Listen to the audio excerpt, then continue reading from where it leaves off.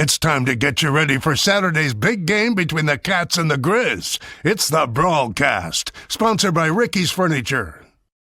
Welcome in, everyone. I'm Kathleen Dozier. Thanks for joining us this evening. We've got a lot of sports to cover this week as we kick off the busiest week in Montana, Brawl of the Wild. But it's not just college. It's also, we got some championship matchups for high school football as well. But before we get to all that, let's talk Grizz and Cats, sending things out to our SWX director, Sean Rainey, for a preview. All right, thanks, Kathleen. Yeah, let's talk about the Brawl of the Wild, because what makes it so special, it's because it's Montana's game. We have no pro sports. Montana flies under the national landscape of college football, but we know how amazing it is. And the backbone of our Big Sky programs are the Montana kids. They know what it's like growing up on one side or the other, and the friendly animosity starts at a very young age. So for all the Montanans that are playing in this game, it just means more. And every year we like to show you the breakdown of Treasure State products that suit up for both teams. And here it is for this year in the breakdown. As you can see, 44 total Montana kids for the Cats, 32 for the Grizz, which ironically is 20 less than last year when you combine the two. Now, we leave the map unlabeled so you can try and name all the cities and towns that are represented on your own. But let's start out with the Cats. Out of their 44 players, 16 come from different Montana towns, and as you'd imagine, Bozeman leads the way with 12, followed by Billings with 7, Missoula with 5, and then you got some cool towns like Brockton, Saco, Clancy, Montana City all being represented. As for the Grizz, 32 in total. They come from 14 different places, so a little bit more spread out compared to the overall numbers. 10 from Missoula, 5 from Kalispell. That makes up about half of their Treasure State kids, and then you throw in smaller places like Libby, Culberton, Browning, Phillipsburg. Just always kind of cool to see the dots and see how the distribution of all the Montana kids is when it comes to the Brawl of the Wild. Okay, now we're going to shift a little bit because I want to talk about the game from a betting perspective. Now, I know a lot of you probably don't partake, and that's fine, but there's still maybe some good information that can help perhaps maybe get a little better feel for the game for you. So let's dive into it now. And so here are the betting lines. Now, Montana State, they opened up as minus 2.5 point favorites. So when you see that minus 2.5, that means that Montana State would have to win by 3 or more for your bet to hit. And they are currently, that has moved down. So they are currently now just 1.5 point favorites. The over-under in the game, so how many points are scored between the two teams, opened up at 56.5, and that's moved up.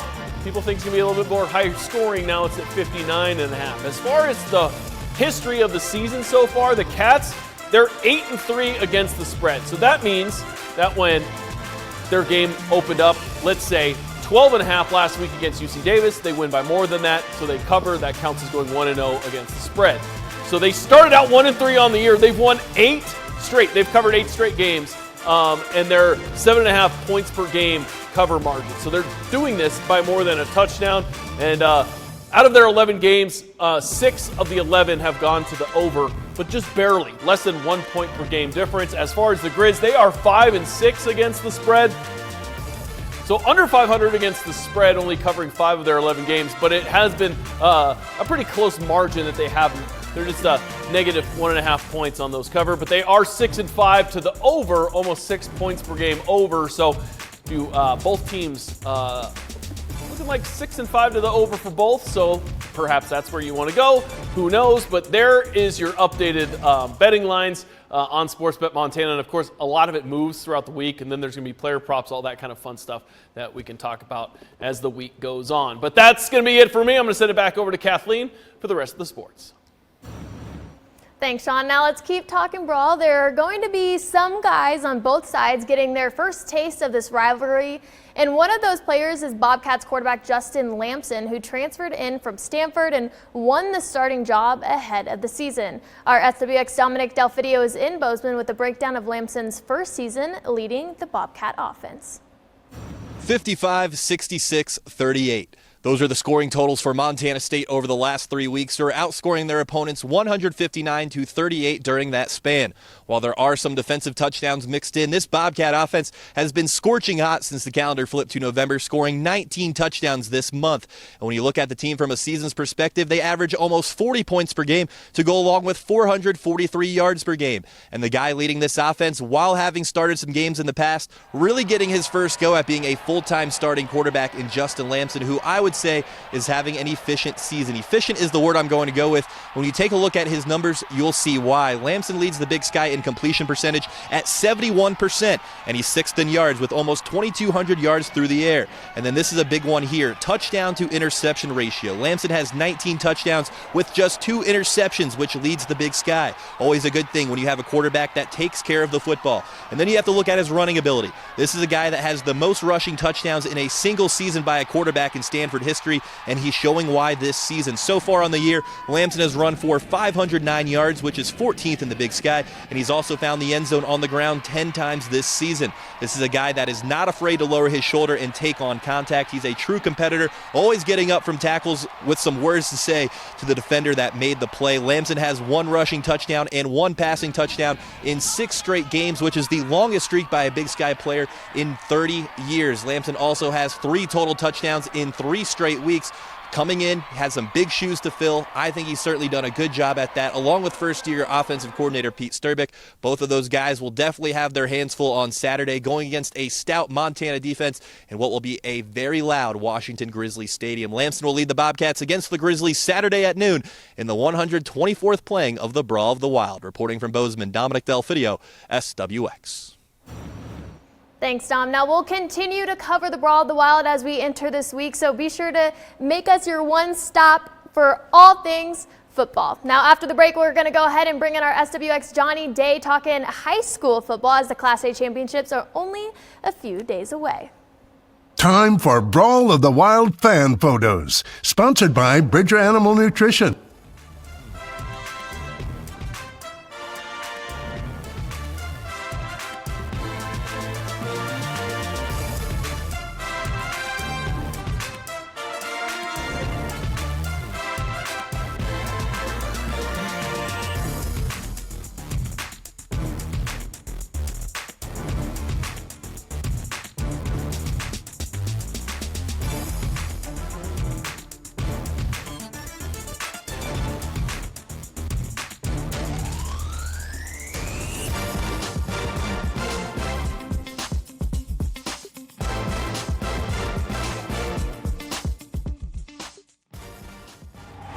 The new SWX app is here.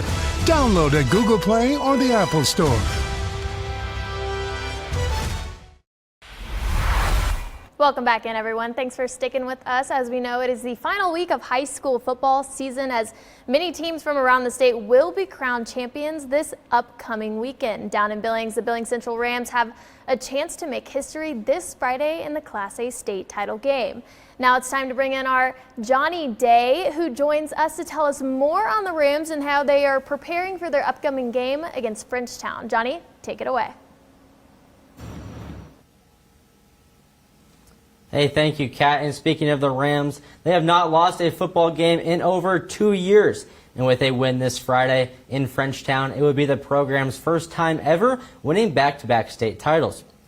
Since losing to Columbia Falls in the first round of the Class A playoffs back in 2023, the Rams have won 23 straight games going back to last season when they capped off an unbeaten campaign with a win over Laurel.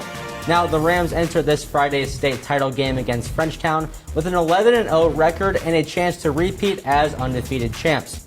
Overall, as a program, the Rams have won 6 state titles dating back to their first ever crown in 1956.